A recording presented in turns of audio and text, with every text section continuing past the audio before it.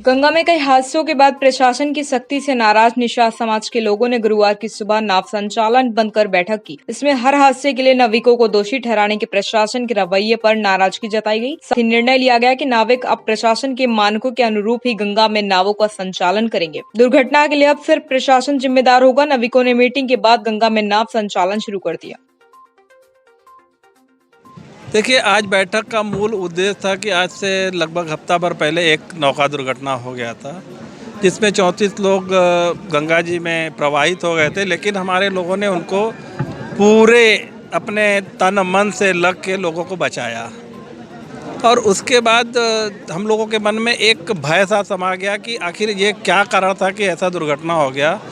उसी को देखते हुए हम लोगों ने लोगों को जागृत करने के लिए कि हम लोग लोगों को नौकायन कैसे कराएं, जिससे कि हमारी छवि खराब ना हो और लोगों की जान माल की सुरक्षा हो सके, उस चीज़ को विशेष रूप से हम लोगों ने ध्यान में रख के नौका बंद किया। और नौका बंद करने का उद्देश्य यही था कि आप यहाँ जो संख्या देख रहे हैं, अनेकों बार मीटिंग की जाती है लेकिन संख्या ढाक के 3-5 हम 20 ही रह जाते। इसी का कारण था कि हमने नौका बंद करके लोगों को इकट्ठा किया और लोगों को निर्देश देने के लिए कि हम नौकायन कैसे कराएं और नौकायन कराते समय हमें किन चीज़ों का ध्यान रखना चाहिए, उन चीज़ों को विशेष तौर पर लोगों को बताने के लिए आज ये बैठक की जा रही है, ये पंचायत की जा रही है कि हम लोग ऐसा काम न करें जिससे शासन प्रशासन को हम लोगों के ऊपर उंगली उठानी पड़े और हम लोग दोषी सिद्ध हों। मांगे क्या है आप लोग? यहाँ हमने कोई मांग या हमने कोई धरना या प्रदर्शन नहीं किया है। हमारी मांग नहीं, हमारा एक कहना है कि देखिए, हम हमारे समाज के लोग अपना काम करें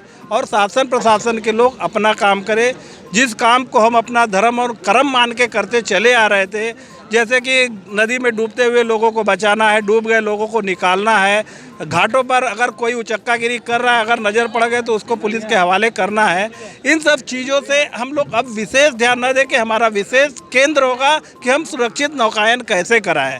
वो अलग बात है कि हमारे खून में वो चीज़ है कि अगर किसी को हम डूबते हुए देख लेंगे तो हमारे जेब में लाखों का मोबाइल हो, मुझे फ़र्क नहीं पड़ता है, हम कूदते हैं, लोगों को बचाते हैं। लेकिन अब उस चीज़ को हम लोग अपना कर्म नहीं मानते हैं, वो मन की इच्छा होगी तो हम लोग करेंगे, अन्यथा लोगों को सुरक्षित नौकायन कराना ही हमारा मूल उद्देश्य होगा। बात करें जो लोग डूबते हैं और महिलाओं का विशेष योगदान होता है उनको बचाने में, लेकिन फिर भी जो है प्रशासन जो है तो इसके बारे में क्या? अब देखिए, मेरा मूल उद्देश्य ही यही है, हमारा कहने का मूल उद्देश्य ही यही है कि आज हम लोग को बैठक करने का मूल कारण भी यही है, क्योंकि अभी से 4 दिन पहले होटल डायमंड में एक मीटिंग किया जाता है।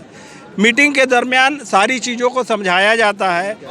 अब देखिए, मेरा मूल उद्देश्य ही यही है, हमारा कहने का मूल उद्देश्य ही यही है कि आज हम लोग को बैठक करने का मूल कारण भी यही है, क्योंकि अभी से 4 दिन पहले होटल डायमंड में एक मीटिंग किया जाता है। मीटिंग के दरमियान सारी चीज़ों को समझाया जाता है।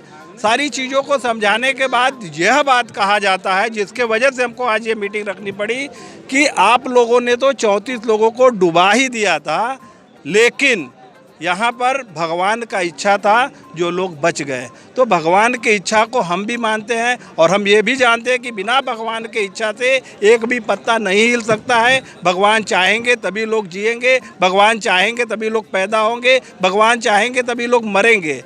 लेकिन इस तरह से यह कह देना कि आप लोगों ने तो डुबा ही दिया था, भगवान की इच्छा है और हमारे लोगों ने सारे 34 लोगों को बचाया, लेकिन किसी एक व्यक्ति का पीठ न थपथपा देना और ये कहना कि आपका कर्तव्य है, ये हमारे हिसाब से हमारे समाज के साथ नाइंसाफ़ी है। क्योंकि इन सब कार्यों को करने के लिए हमारे लोगों को न तो गोताखोरी में रखा गया है, न ही हमारे लोगों को कभी इस चीज़ का प्रोत्साहन दिया जाता है कि आपने ये काम किया तो आपको इसके लिए प्रोत्साहन स्वरूप आपको ये ख्याति प्रदान की जाती है। ऐसा कभी नहीं हुआ है। तो आपको ये कहने का भी अधिकार हमारे हिसाब से तो नहीं है कि आपको ये आपका कर्तव्य है।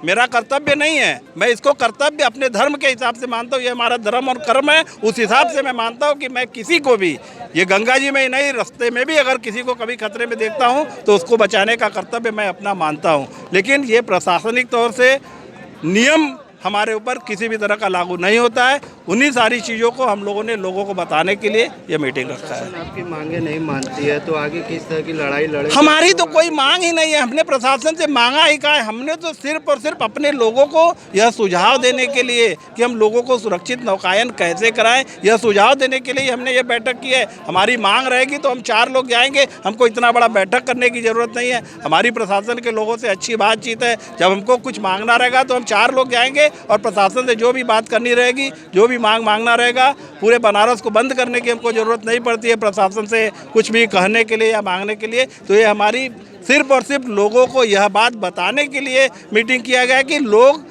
सारे हमारे जितने भी यात्री हैं सबको सुरक्षित नौकायन कराएं। यही हमारा इस बैठक का मूल उद्देश्य है।